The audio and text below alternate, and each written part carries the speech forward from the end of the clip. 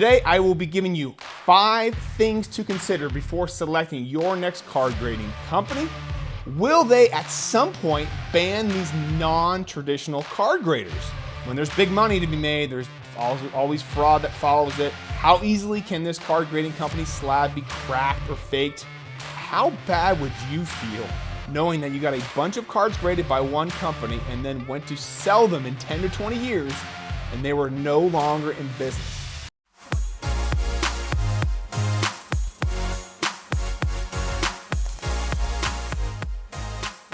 Hey everybody, welcome back to another episode of the Powers Sports Memorabilia Show. I am your host, Matt Powers. Thank you again for joining me. Please visit the website, powersportsmemorabilia.com. Also, give me a follow over there on Instagram, @PowersAutographs. Well, be careful who you grade your sports cards with. And that's what today's video is all about. It seems like every month a new card grading company comes on the market. HGA took the market by storm with a color matching slab. CSG comes out with $8 submissions.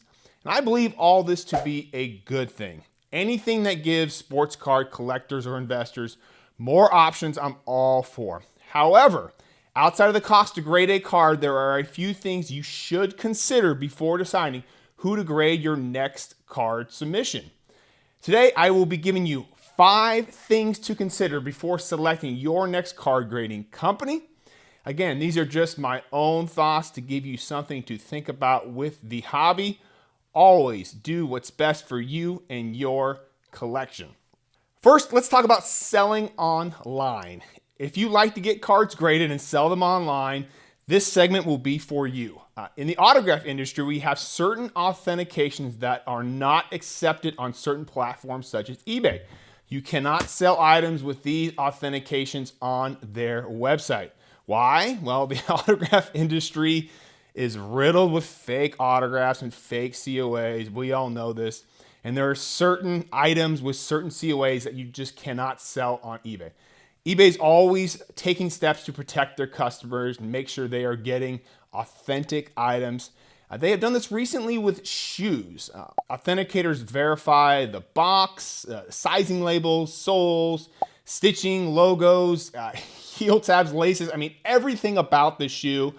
And then they place this authentication tag on it. My buddy just ordered some shoes off eBay just like that, and they got this little tag on there you got to cut off. It's actually kind of a cool little authentication process they do. But will they at some point ban these non-traditional card graders? Okay, the traditional ones I see being PSA, BGS, SGC.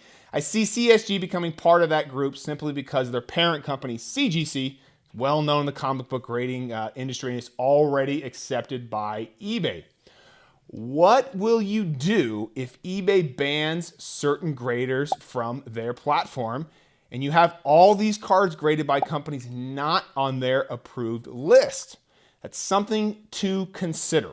And number 2, let's talk about consistent grading. We all want cards to be graded as they should be, consistent and fair. This comes down to having graders who know what they are doing, who have seen a million cards of all types. They know what to look for. They have a great feel for card grading. Now, I'm not saying that PSA has the best graders in the world, nor am I saying that a new card grading company has the worst graders. Each is going to have their own faults. They're going to make their own mistakes, and a lot of mistakes they will make. What I am saying is when you choose to spend your hard-earned money on a grading company, something to consider is how good are their graders?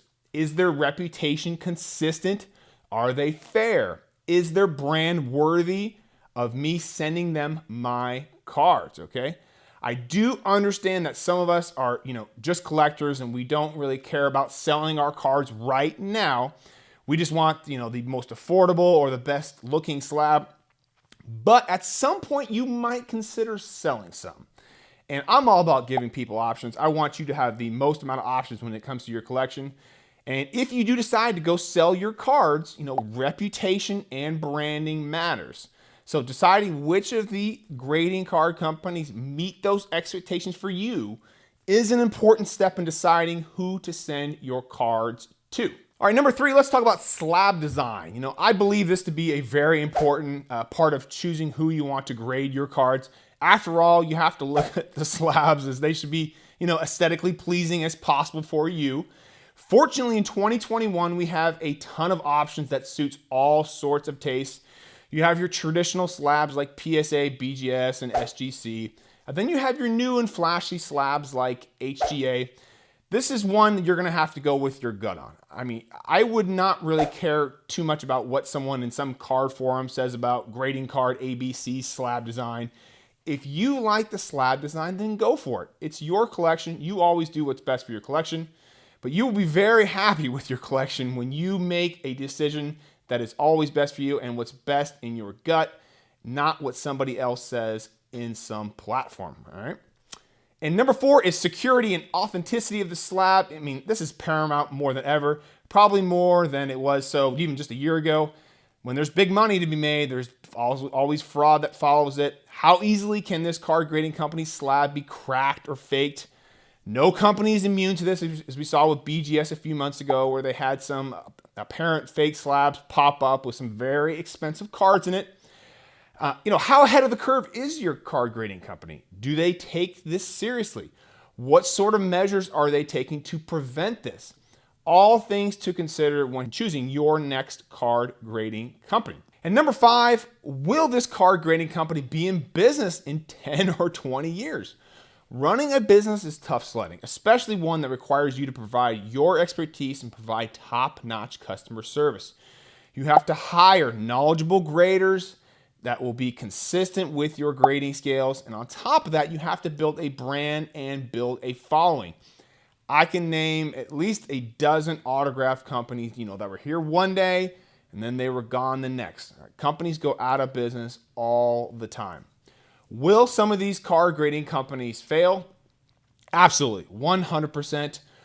Which ones will they be? I mean, time will tell on that, but how bad would you feel knowing that you got a bunch of cards graded by one company and then went to sell them in 10 to 20 years and they were no longer in business?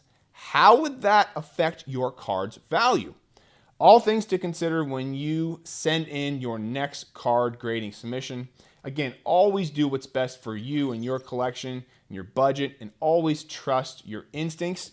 But comment below, let me know, do any of these 5 topics concern you when you decide what card grading company is best for you, or you just automatically send everything to PSA? Again, I hope this helps you think about who to use for your next card submission. Again, visit the website, powersportsmemorabilia.com. Also, give me a follow over there on Instagram at Powers Autographs, and I will see you guys on the next episode.